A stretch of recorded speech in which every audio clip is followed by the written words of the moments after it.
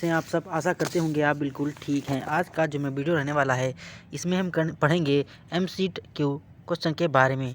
जैसा कि आप लोगों को पता है कि मैं अब chapter wise MCQ type question करवाता हूं। मैंने पहले वीडियो में मुख्य सेविका की भूमिका और जिम्मेदारियां की जो हमारा चैप्टर था उससे जो रिलेटेड MCQ टाइप क्वेश्चन बने थे उसको करवाया था। उसके बाद सेकंड वीडियो मेरा था विवाह, परिवार, जात, लिंग की असमानता, धर्म और भाषाएं। इस चैप्टर के हमने MCQ टाइप क्वेश्चन करवाया है। तीसरा मैंने सामाजिक समस्याएं और विशेष रूप से बच्चों और महिलाओं से संबंधित मुद्दे जो हमारे MCQ टाइप क्वेश्चन थे उसको करवाया है। और जो आज हमारा वीडियो रहेगा इसमें हम जनसंख्या विस्फोट, जनसंख्या वृद्धि और नियंत्रण के टॉपिक के जो भी MCQ टाइप क्वेश्चन बनेंगे उनको पढ़ेंगे। ठीक है, तो चलिए स्टार्ट करते हैं आज का वीडियो बिना किसी देरी के। अगर आप हमारे चैनल पर नए हैं तो प्लीज़ चैनल को लाइक करिए, शेयर करिए, सब्सक्राइब करिए और देखते रहिए हमारा यूट्यूब चैनल एग्जाम आरजू क्लासेस। ठीक है, तो देखिए आज का वीडियो। जैसा कि टॉपिक हमारा आज का है जनसंख्या विस्फोट और जनसंख्या वृद्धि व नियंत्रण। मैं आपको लोगों को ये बता दूं कि हम अपने यूट्यूब चैनल पर मुख्य सेविका की जो थ्योरी क्लास थी, यानी कि जो हमारा थ्योरी वाला पोर्शन है उसको हमने पूरा कंप्लीट करवा दिया है और साथ साथ अब आपको रिवीजन भी करवा रहे हैं। रिवीजन क्लास की लगभग 16 क्लासें हो चुकी हैं ऑलरेडी। पहले तो जाएंगे तो यूट्यूब चैनल पे आपको प्लेलिस्ट में सारी वीडियो एक लाइन से मिल जाएंगी। जिन लोगों को PDF चाहिए तो हमारे टेलीग्राम चैनल से जुड़ सकते हैं।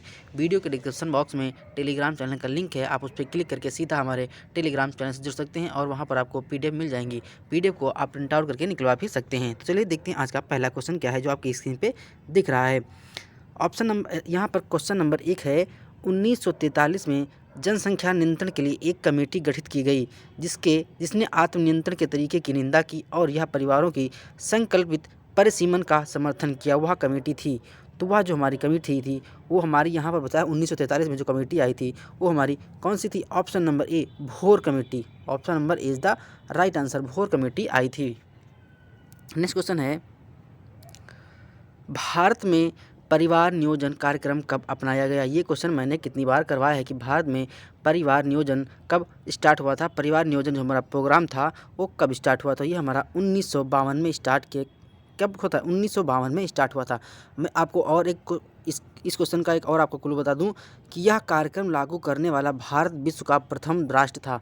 यानी कि परिवार नियोजन कार्यक्रम चलाने वाला विश्व में भारत का प्रथम स्थान था। यानी कि भारत ने पहली बार इसको पूरे विश्व में लागू किया था।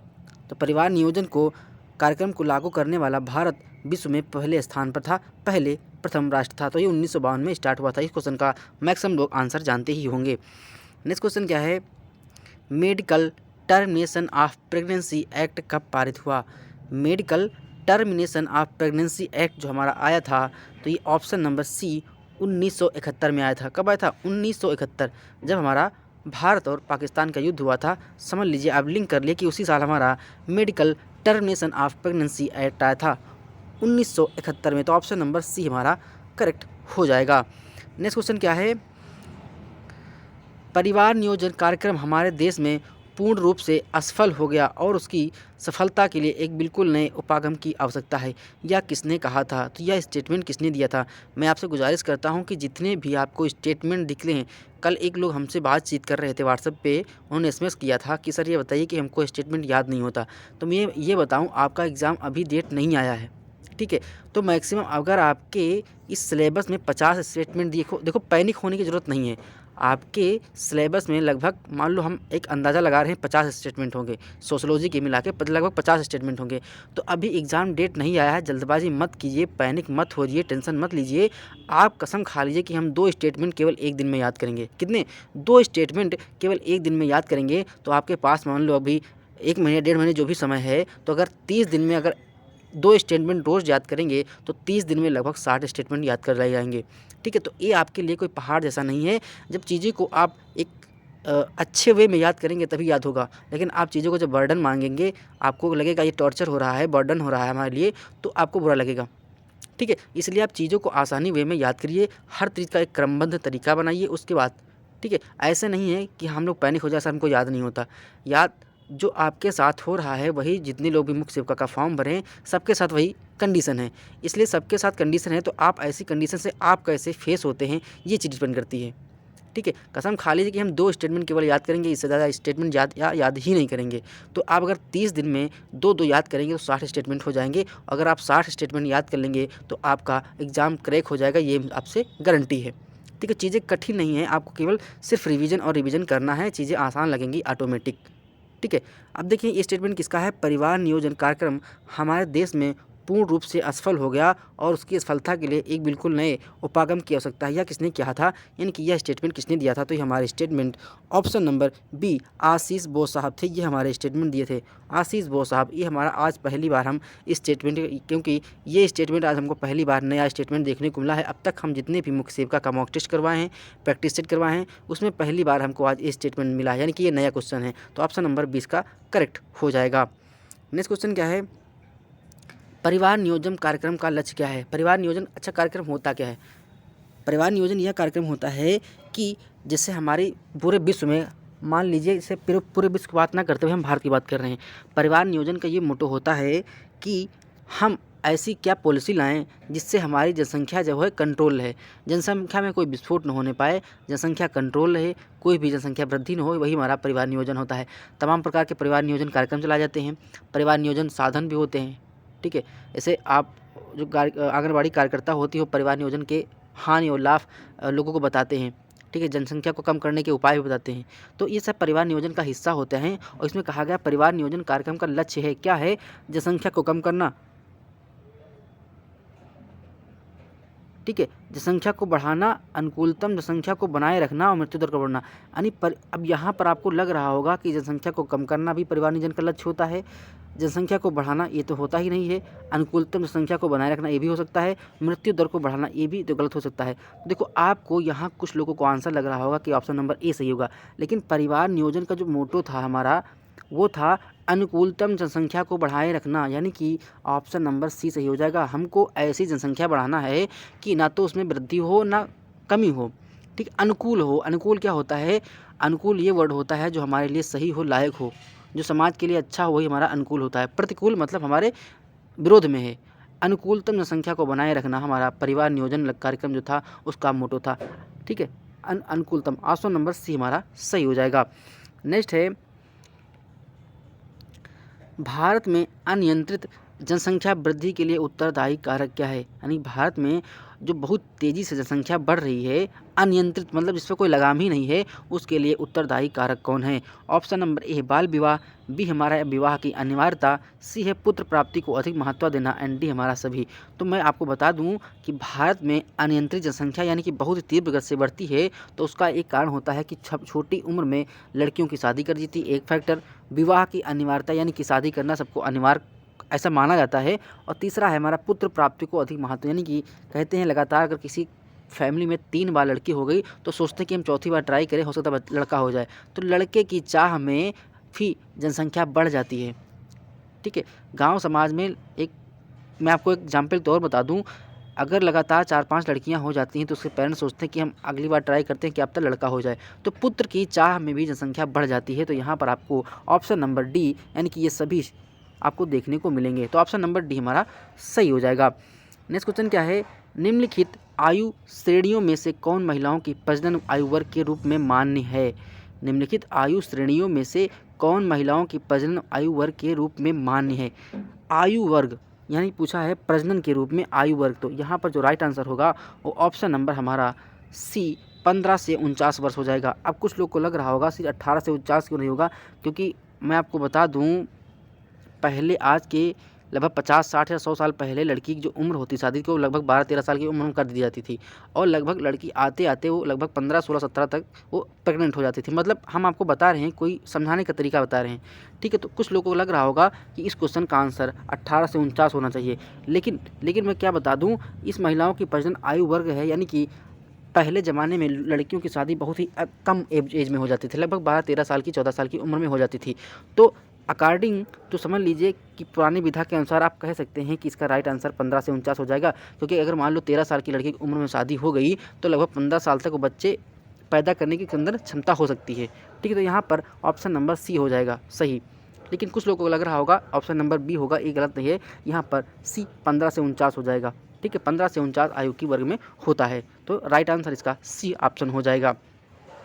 ठीक है, आपको एक चीज़ बता दूं, अगर एक लड़का और लड़की एक साथ जन्म लिए हैं, ठीक है, एक साल मान लो 2000 में लड़का और लड़की जन्म लिया, 2013 तक आते आते लड़की बहुत ज़्यादा ग्रोथ कर जाएगी, लेकिन लड़का बहुत ज़्यादा ग्रोथ नहीं कर पाता। एक बार क्वेश्चन देखने को मिला था कि लड़की होती है जो 13 से 14 साल में बहुत जल्दी ग्रोथ कर जाती है, और लड़का 13 से 14 साल में जल्दी ग्रोथ नहीं कर पाता। उसकी जो ग्रोथ होती है वो 17, 18, 19 साल तक। एक मिनट आओ। तो आपको क्या तो आपको बता रहे हैं कि जो लड़की की ग्रोथ होती है वो लगभग 17-18 वर्ष में होती है, और लड़की की जो ग्रोथ होती है सबसे ज़्यादा वो 13-14 साल में देखने को मिलती है। ठीक है, तो ऑप्शन नंबर इसका सही सी हो जाएगा। नेक्स्ट क्वेश्चन देख रहे हैं क्या है। जनसंख्या के महत्वपूर्ण कारक के रूप में इनमें से कौन सा जो जन्म व मृत्यु के स्तर को निर्धारित करता है, कौन सा होता है? ये हमारा आयु घटक जो होता है ये जन्म और मृत्यु दर की जो स्तर है उसको निर्धारित करता है। तो ऑप्शन नंबर सी इसका करेक्ट हो जाएगा। Option number C is the right answer. Next question क्या है। निम्नलिखित कारकों पर विचार कीजिए और कीजिए। ऑप्शन ए है बढ़ती जन्म दर पर, बी हमारा अतिरिक्त अर्जक के रूप में बच्चों की महत्ता का एहसास, सी है घटती मृत्यु दर, एंड डी हमारा विवाह की बढ़ती उम्र। तो फिर नीचे लिखा है आपको क्वेश्चन यहाँ तक पढ़ क्वेश्चन आगे यहाँ पे खत्म होता है। इनमें से कौन से भारत में जनसंख्या विस्फोट के कारण हैं? पहला कारण है बढ़ती जनसंख्या, बिल्कुल सही है। दूसरा हमारा है अतिरिक्त अर्जक के रूप में बच्चों की महत्ता का एहसास, मतलब बच्चों की महत्व देना कि लड़कियों की महत्ता कम और लड़कों की महत्ता ज़्यादा देना। ये भी यानी अभी मैंने बताया है कि लड़के की चाह में भी जनसंख्या वृद्धि होती है। वही जो क्वेश्चन बी है, ऑप्शन बी है, उसका सीधा यही मतलब है कि अतिरिक्त अर्जक के रूप में बच्चों की महत्ता का एहसास, यानी कि बच्चों की महत्ता को ज़्यादा एहसास दिया जाता है। तीसरा हमारा है घटती मृत्यु दर, ये भी कारक होता है। और विवाह की बढ़ती उम्र, ये नहीं होता है। तो यहाँ पर ये तीन ऊपर के जो फैक्टर ये हमारे सही हैं, लेकिन चौथा गलत है। तो ए बी सी सही होना चाहिए। तो ऑप्शन नंबर ए हमारा सही हो जाएगा। Option number A is the right answer.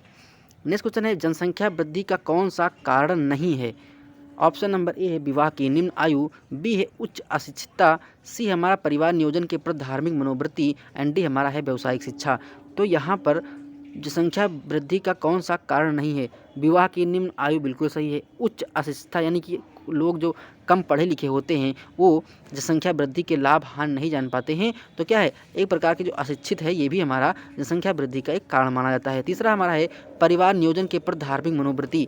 परिवार नियोजन के तहत परिवार नियोजन के प्रति धार्मिक मनोवृत्ति, यानी कि वो लोग परिवार नियोजन को जो होता है धार्मिक प्रवृत्तियाँ से लेते हैं। कहने का मतलब आप समझ लीजिए, मैं कैसे आपको समझाऊं।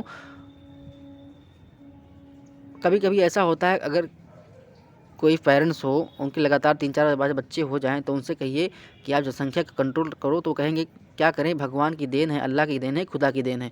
ऐसे एग्जाम्पल देते हैं। तो क्या धार्मिक, एक प्रकार का धार्मिक उनकी मनोवृत्ति होती है, लेकिन कारण नहीं पूछा है व्यवसाय शिक्षा। तो ऑप्शन नंबर डी हमारा सही हो जाएगा। Option number D is the right answer.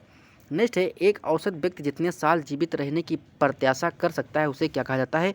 उसे क्या कहा जाता है? उसे हम जीवन की आशा बोलते हैं। क्या बोलते हैं? जीवन की आशा को प्रत्याशा।